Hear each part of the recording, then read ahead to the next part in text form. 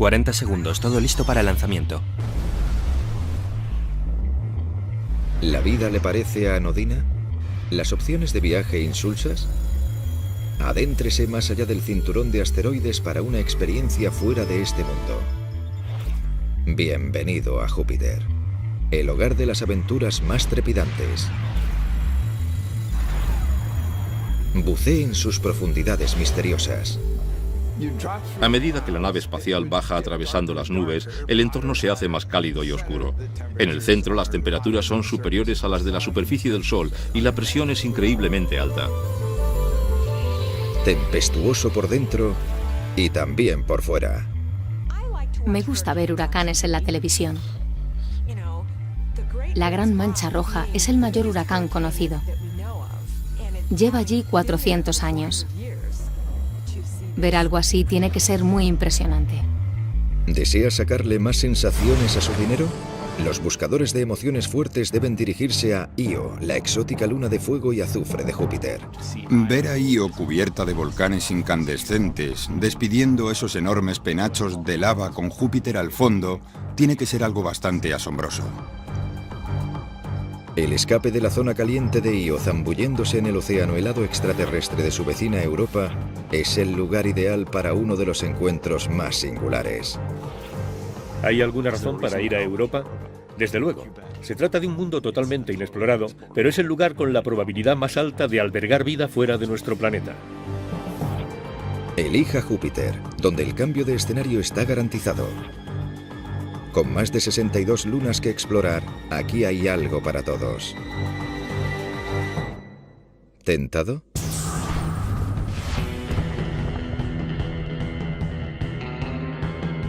Nunca ha habido un momento mejor para dar un salto gigante hacia zonas donde ningún humano ha estado antes. Para seguir los pasos de nuestros robots pioneros y explorar los planetas de nuestro sistema solar.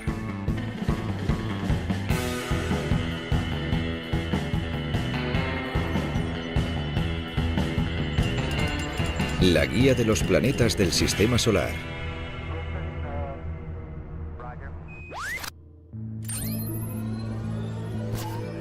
Júpiter. Esto es increíble, Dios mío, es impresionante. Un tour por el sistema solar no estaría completo sin una visita al mayor planeta de todos. Pero las grandiosas vistas conllevan mayores peligros y misterios a lo largo de todo el itinerario. Será mejor prepararse antes de partir. Para ello, considere esto su guía personal para explorar el reino de Júpiter.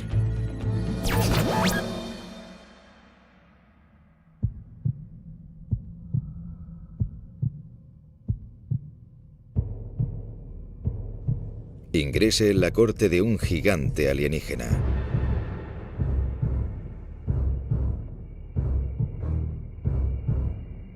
Júpiter es uno de los lugares más espectaculares del sistema solar. Si te aproximas en una nave espacial, desde la distancia verás unas formaciones nubosas en el planeta de una complejidad extrema. Son bandas de nubes multicolores, siempre cambiantes, con unos brazos espirales únicos en todo el sistema solar.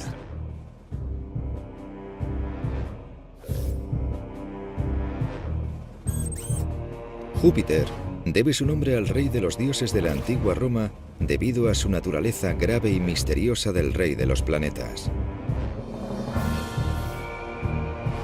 Decir que Júpiter es el mayor planeta del sistema solar es quedarse corto.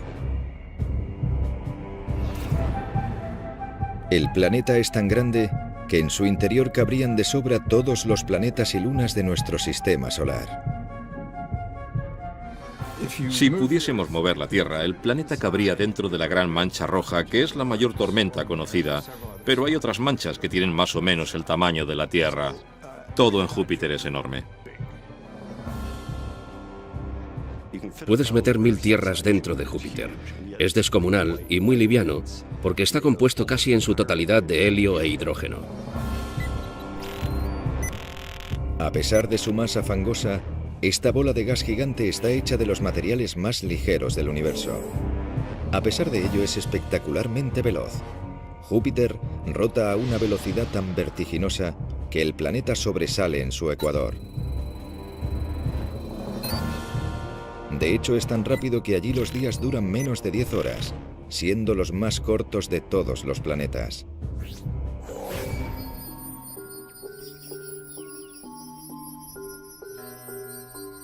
La primera vez que posamos nuestros ojos sobre Júpiter fue hace 400 años, cuando el astrónomo italiano Galileo apuntó su telescopio hacia ese planeta. Fue el 7 de enero de 1610 cuando su curiosidad produjo uno de los instrumentos científicos más potentes de todos los tiempos y literalmente puso el mundo boca abajo. Lo que descubrió fue que Júpiter tenía 4 lunas que giraban a su alrededor. Eso es lo que le convenció de que era imposible que la Tierra fuera el centro del universo, ya que había objetos que orbitaban alrededor de otros planetas. Aquello fue una revelación. Io, Europa, Calisto y Ganímedes. ¿Eran aquellos mundos que circundaban a un señor lejano iguales al nuestro?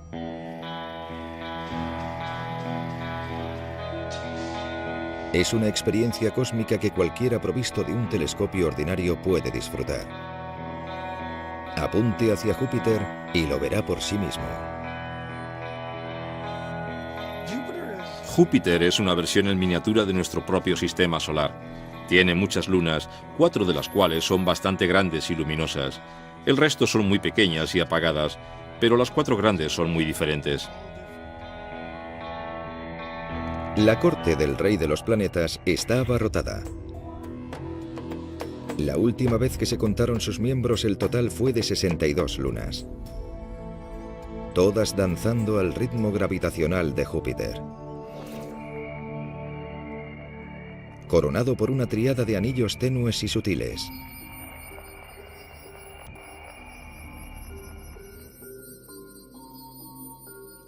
Júpiter es un planeta que sabe cómo ejercer su influencia sobre el sistema solar y cómo impresionar al viajero más curtido. Un avión jumbo puede dar la vuelta a la Tierra en menos de 2 días. Para completar una órbita de Júpiter, el mismo avión necesitaría 3 semanas enteras y al menos 50 paradas para repostar. Los pasajeros se hartarían de la comida, pero además no habría dónde aterrizar. Júpiter no tiene superficie. Si diriges un radar potente hacia el planeta, lo que obtienes es 4 pequeños puntos luminosos que son sus 4 lunas principales. Es lo único que se puede detectar con un radar. Es como si no estuviera, es como un planeta oculto. Si nuestros ojos fueran radares, nos preguntaríamos alrededor de qué giran esas cosas.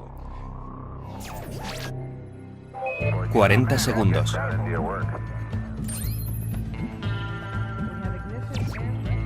Para ser un planeta oculto, Júpiter envía una señal bastante grande al radar de los viajes espaciales. Es un destino que merece el viaje.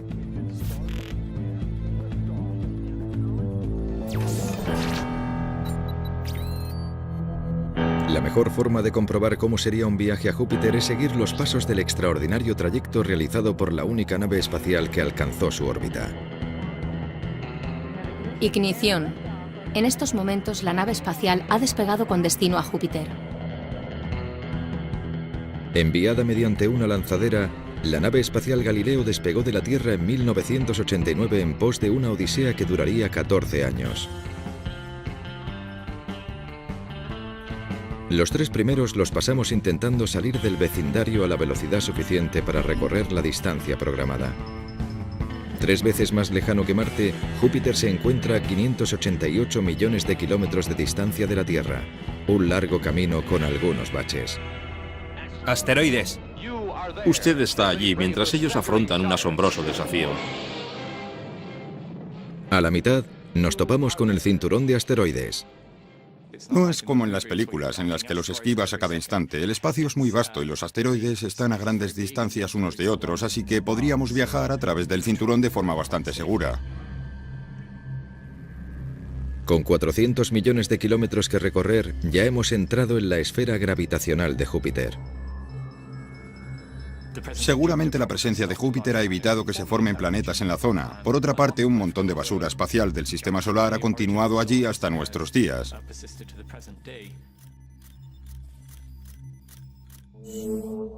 A continuación nos topamos con una presencia que no podemos evitar, el límite de la magnetosfera jupiteriana. Es invisible, pero su sonido es como el de un poste eléctrico. Es como si hubieses chocado con algo, estás tranquilo y de repente... Bueno, ya estamos en el sistema de Júpiter. ¿Quieres seguir adelante? Queda advertido. Acabamos de cruzar el umbral del terreno espacial más peligroso del sistema solar. En la magnetosfera de Júpiter no hay prácticamente nada que pueda protegerte. Es como esas zonas en las que hay un cartel que dice: no entre por nada del mundo, y si lo hace, más le vale estar dispuesto a pagar en sus equipos electrónicos, porque aquí está vendido. Ingrese en el fiero campo magnético de Júpiter y entrará en una zona de alta radiación de intensidades sobrecogedoras. Aquí las partículas solares cargadas giran en un frenesí relativista.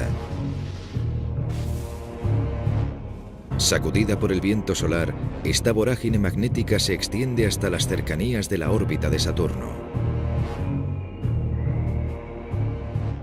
La magnetosfera de Júpiter es la mayor entidad del sistema solar. Si fuera visible desde la Tierra, tendría el mismo tamaño en el cielo que la Luna. Esto fue un auténtico imán para la NASA, que se embarcó hacia las profundidades del espacio por primera vez desde los inicios de la década de 1970. Las misiones Pioneer fueron concebidas para enviar los primeros instrumentos de pruebas al entorno del planeta y medir la fuerza de la radiación. Además, pensaron que podrían instalar una cámara para tomar unas cuantas fotos por el camino. Fue algo tentativo, como comprobar la temperatura del agua con los dedos de los pies. Esta agua era profunda y letal, pero a pesar de los fallos en los instrumentales y las imágenes borrosas, los vuelos de las sondas Pioneer fueron la antesala de las misiones que le siguieron. Las misiones Pioneer revelaron que los cinturones de radiación de Júpiter eran incluso más intensos de lo que habíamos anticipado. Por tanto, hubo que reformar la siguiente misión programada, el Voyager, a toda prisa. Tuvieron que añadir escudos. Más escudos, capitán, porque sabíamos que sufriría una dosis bastante ingente de radiación. Cuando en 1979 los viajeros espaciales Voyager 1 y 2 pasaron por delante de Júpiter de camino a los límites del sistema solar, los misterios de Júpiter se hicieron aún más profundos. ¿Cómo podían producirse estas potentes tormentas magnéticas dentro de una bola gigante de gas? ¿Por qué una luna bullía con volcanes mientras que su vecina permanecía cubierta de hielo?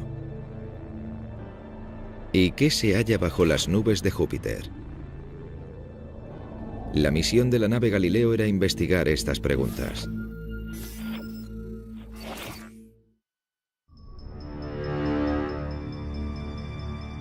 En 1995, 6 años después de su lanzamiento, la sonda Galileo comenzó a enviar tarjetas postales que nos abrieron los ojos a las maravillas del sistema jupiteriano.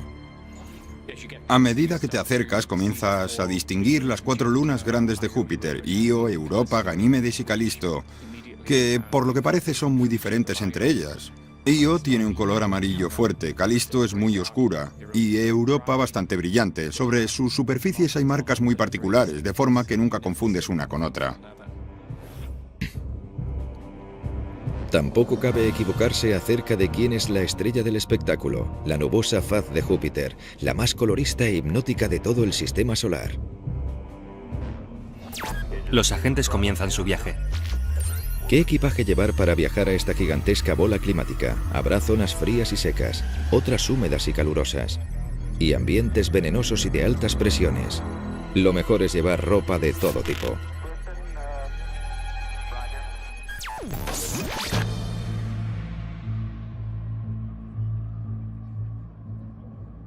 Soy un hombre del tiempo. Me gusta estudiar el tiempo en todas las altitudes, desde los huracanes cerca de la superficie hasta el tiempo que hacen las cimas montañosas. Júpiter es el sueño de cualquier hombre del tiempo.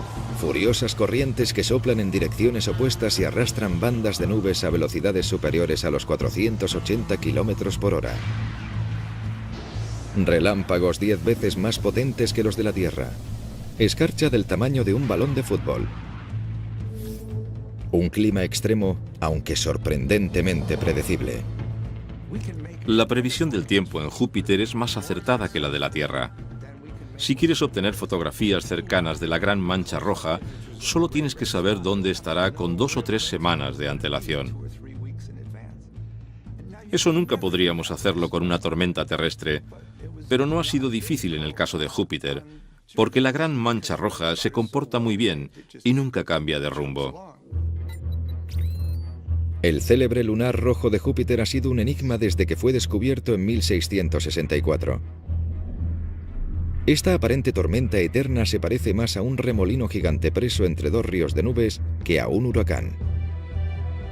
Si estuvieses flotando en un globo en el centro de la Gran Mancha Roja, todo estaría en calma, aunque irías a mucha velocidad. El globo se movería más rápido que un viento huracanado, aunque sería un movimiento tranquilo. Una tormenta digna de verse que se alzaría a 8 kilómetros en el cielo. Pero, ¿por qué ese color? Una de las preguntas más embarazosas que cualquier estudiante puede hacer a un astrónomo es ¿por qué la mancha roja de Júpiter es roja? Puede ser debido a pequeñas cantidades de fósforo y azufre. Pero la verdad es que no entendemos los colores de Júpiter, una de las primeras cosas que percibieron los astrónomos hace 200 años. Es algo para lo que no poseemos explicación pormenorizada.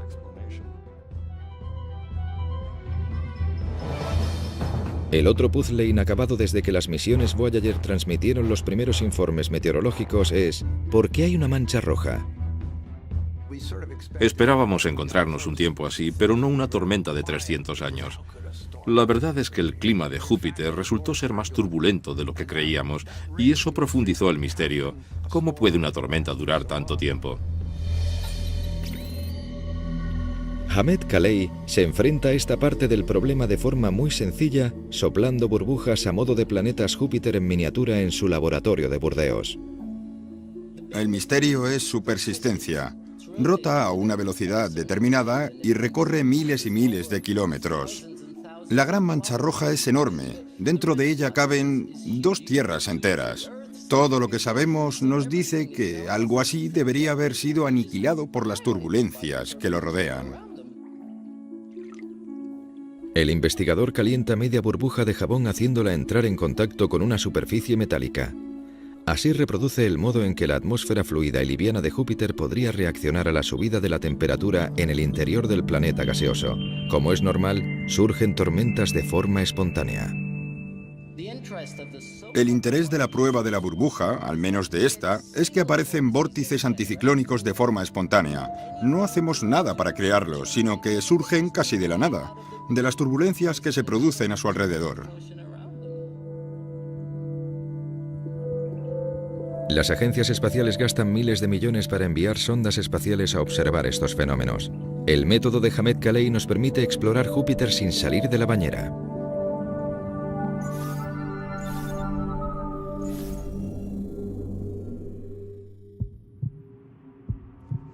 Sin embargo, esto es lo máximo que podemos saber desde una distancia segura. Para conocer el corazón y el alma del planeta, hay que sumergirse en su interior.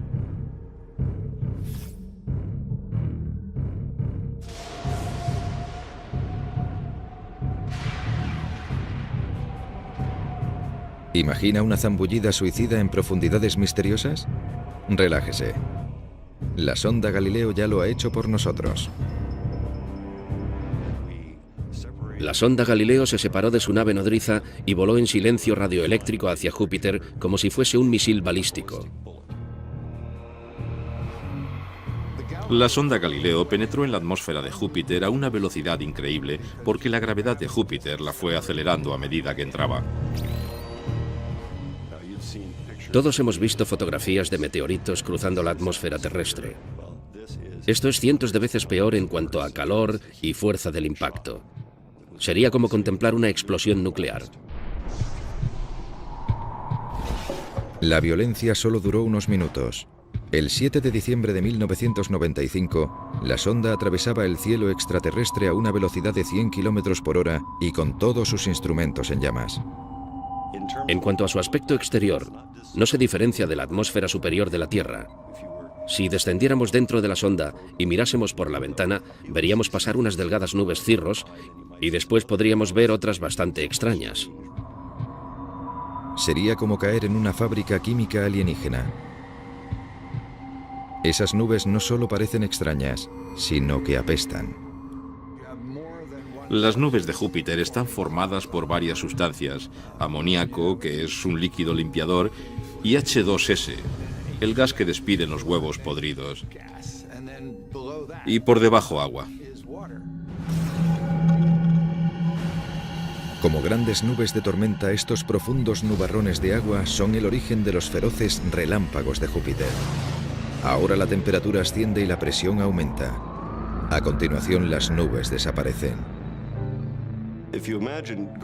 Si te imaginas atravesando la nubosidad de Júpiter para salir por debajo de la base de las nubes, sería como cuando desciendes en un avión y bajo las nubes aparece un cielo despejado.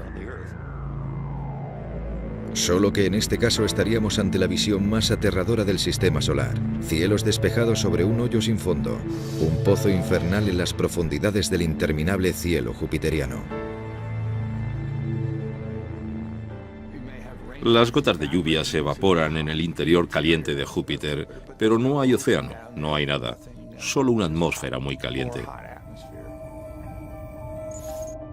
La señal de la sonda se perdió a unos 160 kilómetros bajo las nubes. Horas después de perder el contacto con la sonda, la nave descendió a una parte de la atmósfera donde el material comenzó a evaporarse. La sonda Galileo terminó siendo parte de la misma atmósfera que estaba estudiando, como la unión del alma con el universo de la filosofía zen.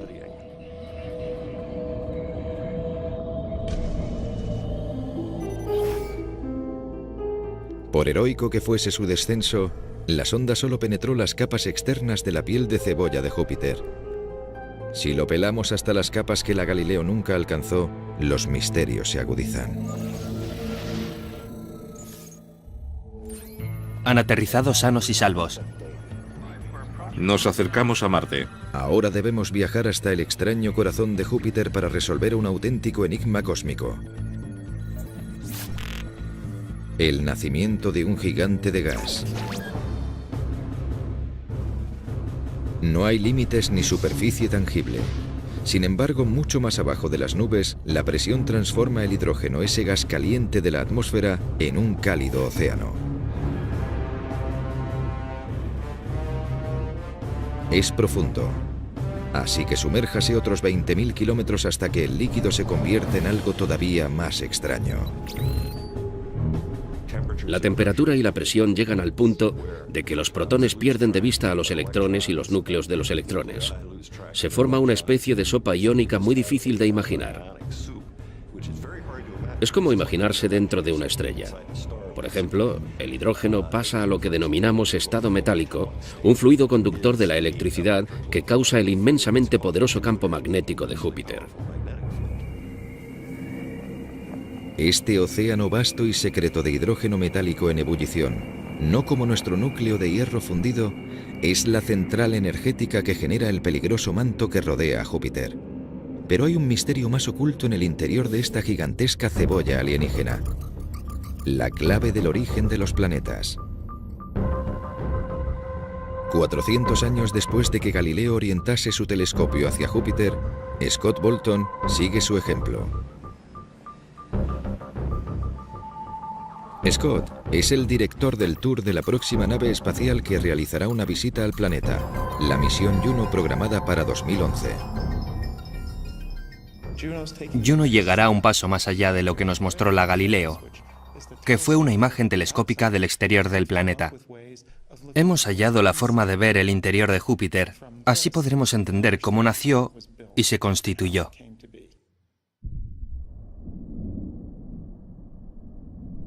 Por lo que sabemos, los planetas se formaron a partir de un disco de polvo y gas que giraba alrededor de nuestro Sol recién nacido. La materia colisionaba con la materia, un juego de supervivencia gravitacional que ganarían los más rápidos. En este caso, Júpiter.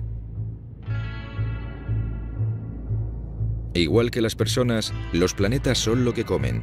Pero, ¿engulló Júpiter la mayor parte de los abundantes gases ligeros antes de que apareciera la materia sólida? ¿O se formó como el resto de los planetas, pero haciéndose con una parte demasiado grande de gas y hielo del congelador cósmico? Las moléculas de las primeras comidas de Júpiter, rocas, gas, vapores y polvo, siguen atrapadas en algún lugar de su interior.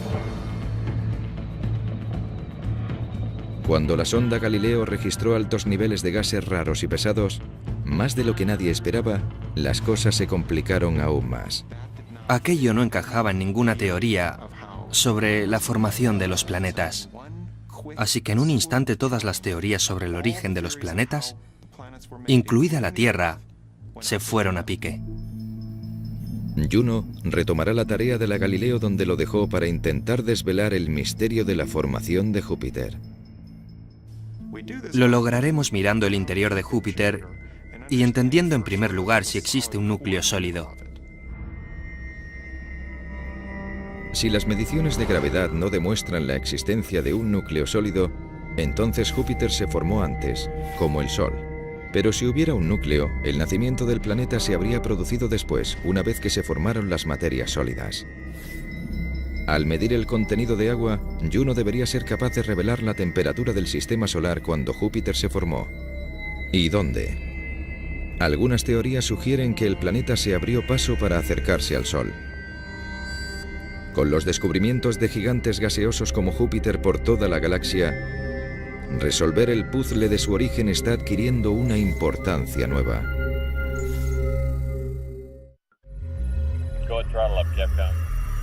¿Ha llegado a Júpiter y busca un lugar donde aterrizar? ¿Tal vez una luna con vistas? Elija con cuidado entre las 62 superficies sólidas disponibles. Algunos destinos están al rojo vivo.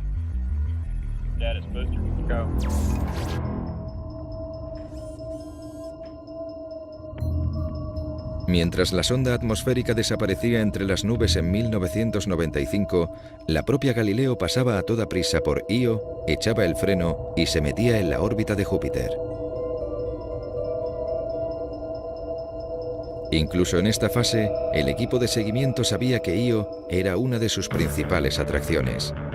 Esta rara luna coloreada como una pizza del tamaño de la nuestra es de entre las 4 grandes la que orbita más próxima a Júpiter.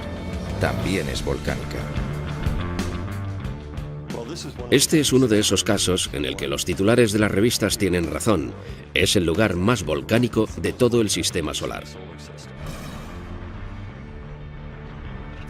No hay ningún punto de su superficie que esté a más de 160 kilómetros de un volcán, incluso menos.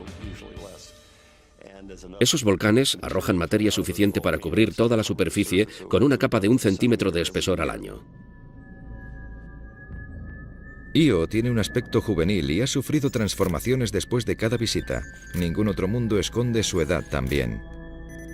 Tuvimos la suerte de localizar un volcán que estaba en plena erupción. Pudimos ver aquella línea de fuentes de fuego tan brillantes que crearon una sobreexposición de la cámara. Una prueba bastante clara de la intensidad de Io.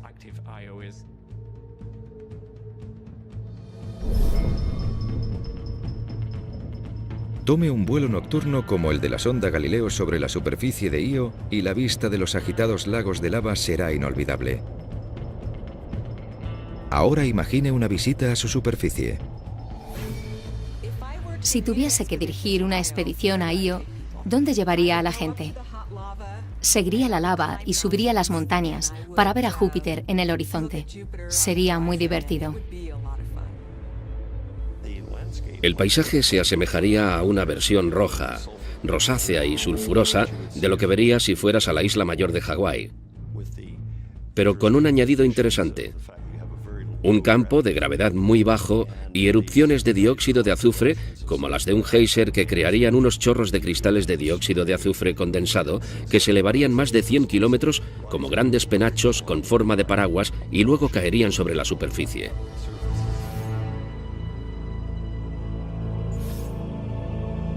Penachos gigantes, una nevada de azufre, fuentes de fuego de lava, algunas incluso más calientes que las de la Tierra. Pero, ¿por qué Io se cuece por dentro? La razón de la tremenda actividad volcánica de Io es la energía bombeada por las mareas que levantan Júpiter. No me refiero a mareas líquidas, como las de nuestros océanos, sino a toda la masa de Io bajo la fuerza de fuerzas tidales.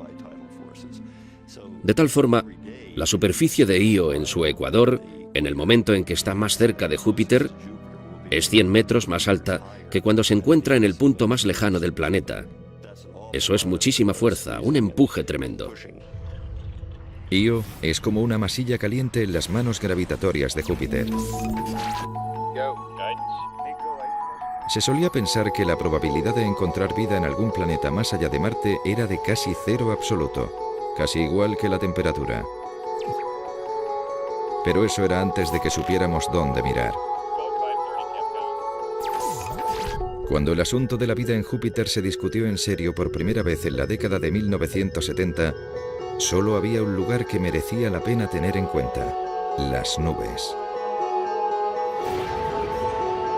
Tal vez las nubes albergasen una comunidad entera de alienígenas a la deriva en una zona paradisíaca, cálida, húmeda y soleada, muy parecidos al plancton que flota en los océanos iluminados por el sol del planeta Tierra. Esta idea atrevida fue descartada por la sonda, ya que ésta no encontró pruebas de la existencia de moléculas orgánicas complejas en la atmósfera. Pero cuando Galileo miró de cerca a Europa, la situación cambió.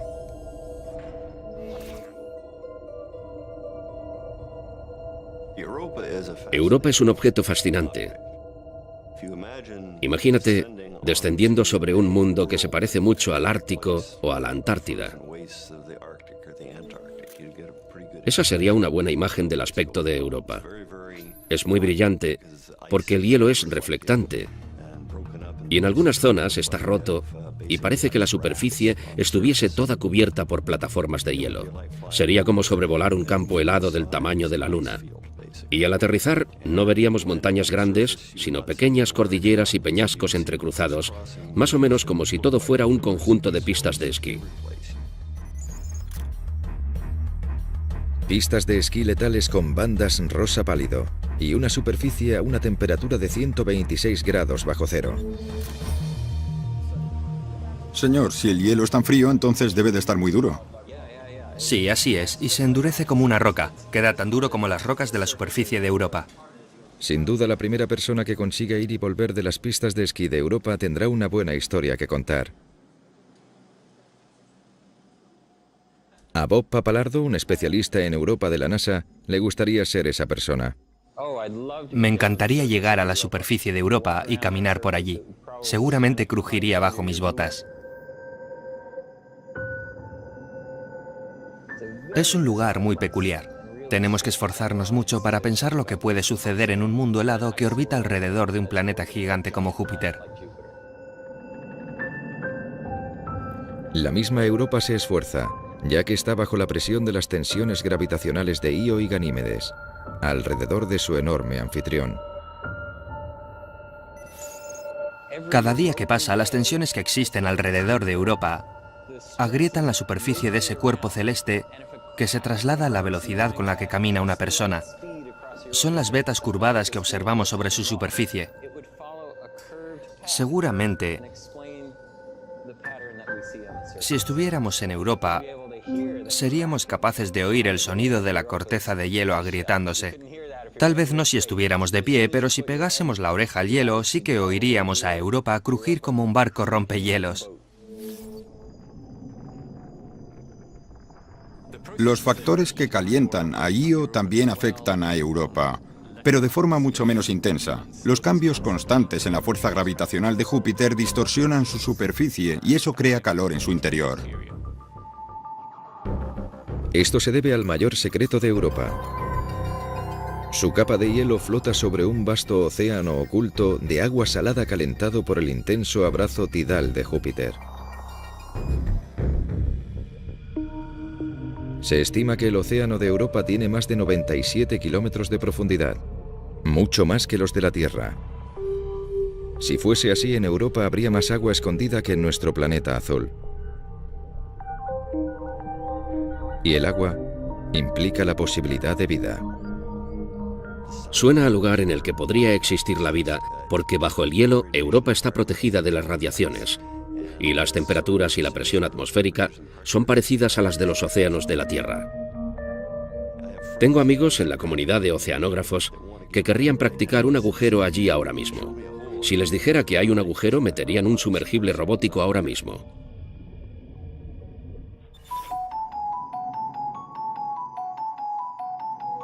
Si hay vida aquí abajo, la dificultad reside en llegar a ella. Lo que no sabemos es el grosor o delgadez del hielo que cubre el océano. Nos referimos a esto como el problema de la pizza, porque hay gente que la prefiere gruesa y gente que la prefiere delgada. Las estimaciones van de unos pocos kilómetros de grosor hasta los 10, 20 o incluso 30 kilómetros.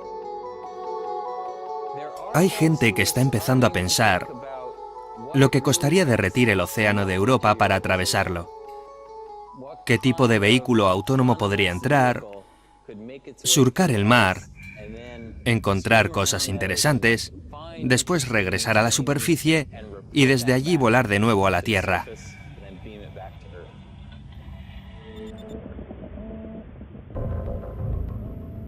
Bill Stone ha llegado donde ningún otro hombre ha llegado antes.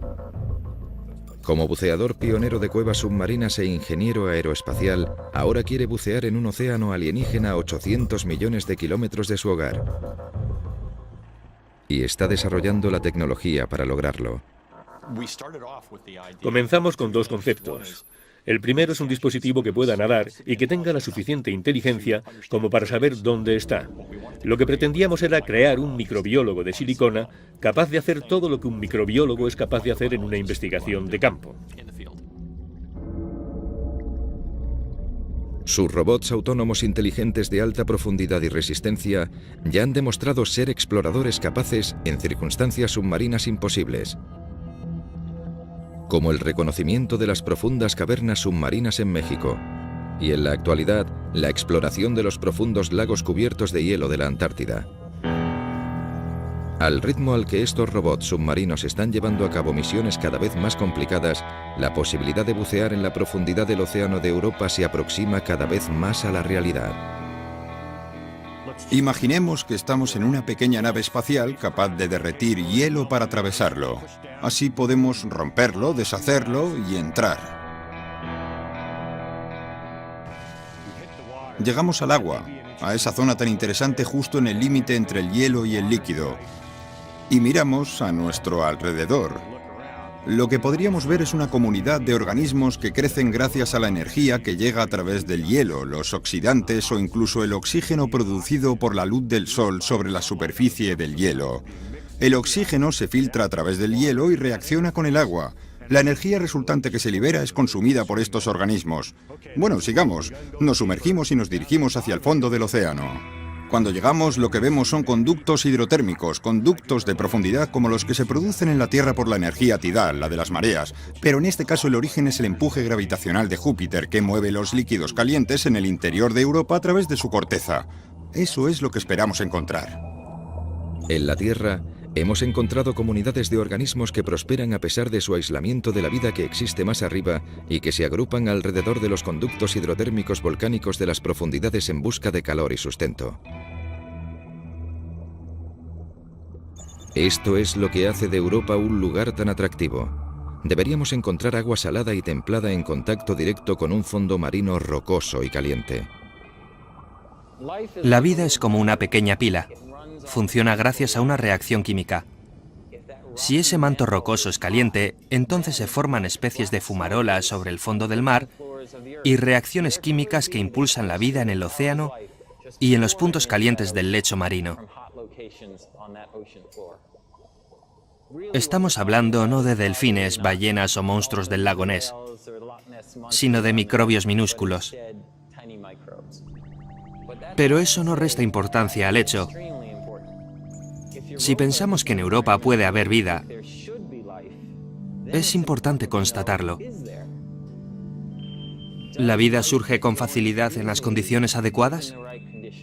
O, por el contrario, si no existe vida en el océano de Europa, a pesar de las condiciones favorables, ¿por qué no? ¿Y hasta qué punto la vida tal y como la conocemos sobre la Tierra es un fenómeno excepcional?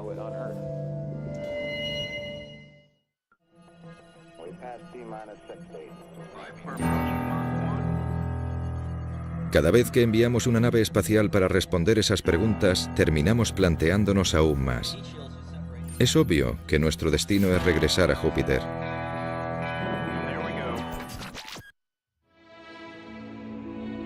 En 2003, la odisea de la sonda Galileo concluyó de forma deliberada. La nave estaba agotando su combustible y energía y se decidió que Europa permaneciese libre de la presencia de una nave fuera de control y repleta de bacterias terrestres. Yo fui responsable del cruel final de Galileo. Lo hice a propósito. Mis amigos siempre me dicen, no dejes de insistir en que fue a propósito. La idea era que se precipitase sobre Júpiter a tal velocidad que quedaría destruida al instante.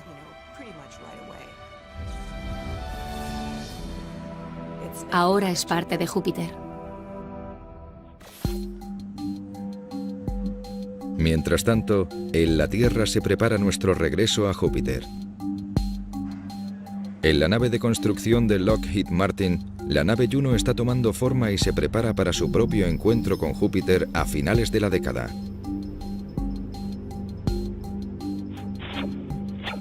Con vistas al futuro, la NASA y la Agencia Espacial Europea han unido sus fuerzas para lanzar dos naves, una cada institución, a las órbitas respectivas de Ganímedes y Europa.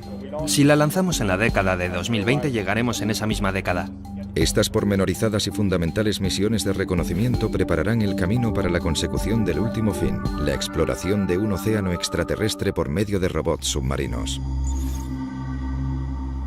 Europa es un buen lugar para robots. ¿Por qué? En primer lugar, hay que recorrer una distancia enorme y nuestros sistemas de propulsión no están preparados para llevar gente hasta allí. En segundo lugar, la radiación en la superficie de esa luna es peligrosísima. Un ser humano expuesto a ella durante 5 minutos recibiría una dosis letal, así que es mejor no enviar a personas a Europa, aunque sí que podemos mandar robots. ¿Hay razones para hacerlo? Por supuesto. Es cierto que se trata de un mundo totalmente inexplorado, pero es el lugar con la probabilidad más alta de albergar vida fuera de nuestro planeta. Algún día, tal vez podamos desarrollar una tecnología magnética que permita mantener a un ser humano vivo en un entorno dominado por la radiación que emana de Júpiter. Pero en el futuro más cercano las exploraciones se llevarán a cabo por medio de máquinas. La programación de robots no se limita a los robots, es una experiencia profundamente humana. Estamos enviando fragmentos de nosotros mismos ahí fuera a realizar el trabajo. Cuando viajas a bordo de naves espaciales, usando los ojos de la nave como nuestros ojos, enseguida se crea un apego hacia esa nave heroica que sobrevive a todas esas experiencias desafiantes y mortales. Si escuchas a la gente involucrada a lo largo de los años en esas exploraciones, suele decir, ese fue el año que fuimos a Enceladus, aquel fue el año que fuimos a Neptuno. Se lo toman como algo personal. La diferencia entre quedarse aquí y estar allí se desdibuja. La familiaridad con unos mundos tan extraños prueba lo mucho que hemos avanzado gracias a Galileo, tanto el hombre como la sonda. Y el viaje continúa. Me encantaría ir si pudiera. Es uno de mis lugares favoritos del sistema solar. Tendría Júpiter de fondo, enorme, multicolor y en constante cambio. Sería un lugar estupendo que ver. Para un viaje de estudio del clima de Júpiter, entraría en la atmósfera por el lugar donde se forman los relámpagos y miraría por la ventana para disfrutar del espectáculo de luces. Europa lo tiene todo. Me encantaría merodear por el océano de Europa. ¿Podría haber vida allí abajo? Seguramente no llegaré a saberlo en esta vida, pero allanaremos el camino para que la próxima generación de exploradores lo averigüe.